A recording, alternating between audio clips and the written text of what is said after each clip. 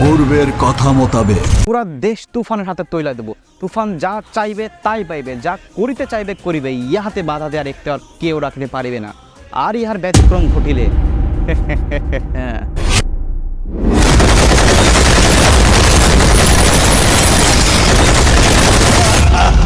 তুফান খুব ভয় পাইছি রে।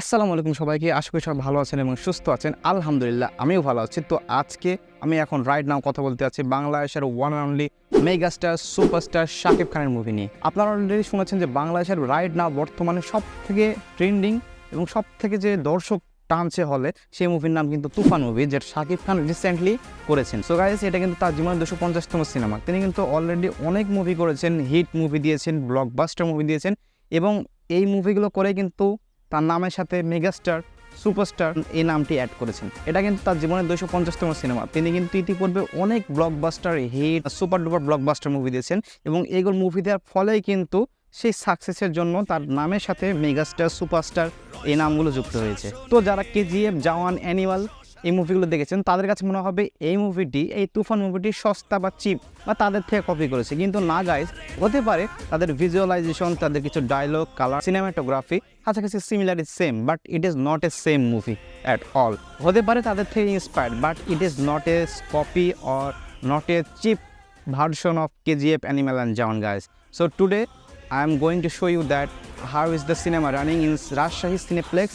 আমি আপনাদের কাছে দেখাবো রাজশাহী সিনেপ্লেক্সে এই তুফান কেমন তাণ্ডব চালাচ্ছে এবং দর্শক কেমন টানছে। দেন ভিডিও শেষে কিন্তু আমি আপনাদেরকে রিভিউ অবশ্যই দিব। সিনেমার যে স্ট্যান্ডার্ডটা সে এতটা হাই লেভেলে নিয়ে যাবে, অ্যাকচুয়ালি আমরাও এতটা এক্সপেকটেশন নিয়ে আসি না যতটা পাইছি। যে এক্সপেকটেশন ছিল তার থেকে অনেক বেশি করে গেছে। আমার তো লাস্টে মনে হয়েছে কি তামিলকে টেক্কা দেওয়ার মতোই অবস্থা ছিল অনেকটা। গতবার প্রিয়তমা দেখছি, এমন রাজকুমার দেখছি, বাংলা ছবির মতোই মনে হয় না, মনে হয়েছে কোনো তামিল ছবি দেখতেছি। অসাধারণ শাকিব খানের যে মুভি, মানে আমি বলবো যে এত বছর শাকিব খানকে ঠিকভাবে ব্যবহার করা হয়নি। ঈদটা তুফান হয়ে যাবো। শাকিব খানের ফ্যান, স্পেশালি প্রিয়তমা থেকে তার যে ট্রান্সফরমেশন দেখা শুরু করেছি আমরা, we are so much happy যে শাকিব খান এভাবে গেট ব্যাক করলেন। বাসাতে নিয়ে তো কষ্ট হয়, কিন্তু ছবিটা দেখা মিস করা যাবে না।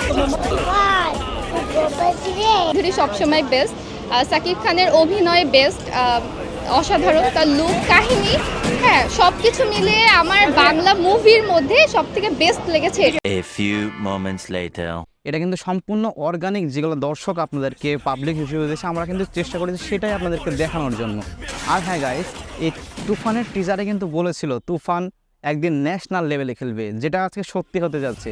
শুধুমাত্র দেশে না, এটা দেশের বাইরে রিলিজ হবে এবং আমার বিশ্বাস গাইস এই মুভি ন্যাশনালে মানে ইন্টারন্যাশনালে ফাটিয়ে দেবে। স্টার সিনেপ্লেক্সের মতন এত বড় একটা প্ল্যাটফর্ম তারা চিন্তা ভাবনা করেছে যে সকাল 6টা থেকে রাত 10টা পর্যন্ত তাদের শো টাইমটা বৃদ্ধি করার। মানে এত পরিমাণে ভিড়, এত পরিমাণে দর্শক এবং প্রচুর চাপ, মানুষ মানে তুমুল হারে এই তুফান সিনেমা দেখার জন্য তারা হলে আসছেন। বাংলাদেশের মধ্যে চিরস্মরণীয় একটা ঐতিহাসিক মুভি হয়ে থাকবে এই তুফান, যেটার রেকর্ড ভাঙা ইম্পসিবল। গাইস, আসা যাক এখন রিভিউর পালায়। যদিও এই মুভিটা আমার নিজের দেশের কলাকৌশলীরা করেছেন, তো তাদের নিয়ে আমি কোনো মন্তব্য করব না, তাদের নিয়ে কোনো কুটু কথা বলবো না, যেহেতু তারা আমাদের দেশের একটা সম্পদ, তারা আমাদের দেশের একটা রত্ন। জাস্ট আমি বলবো মুভির রেটিং সম্বন্ধে, যে আউট অফ 5 এই মুভিটি আমার কাছে কত পাবে। এখন আমি এই মুভিকে রেটিং দেবো আউট অফ 5 4.5। কারণ এখন আপনি বলতে পারেন যে হাফ মাইনাস করার কারণটা কি? বাংলাদেশি মুভি, কিন্তু বাংলাদেশি মুভি হওয়া সত্ত্বেও আমি দেখেছি বেশিরভাগ সিন কলকাতায় ওপার বাংলায় শ্যুট কর, যেটা আমার কাছে একটু খারাপ লেগেছে। যেহেতু এটা বাংলাদেশি মুভি, বাংলাদেশি কৌশলরাই কিন্তু বেশি আছেন এবং পরিচালক যিনি রায়হান রাফি, উনিও কিন্তু বাংলাদেশি।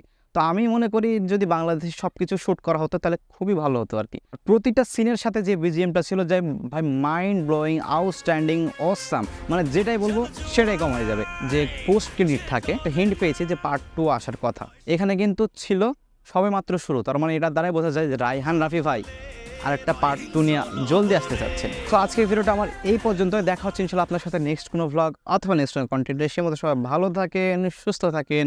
আল্লাহ হাফেজ। আসসালামু আলাইকুম ওয়া রাহমাতুল্লাহি ওয়া বারাকাতুহু।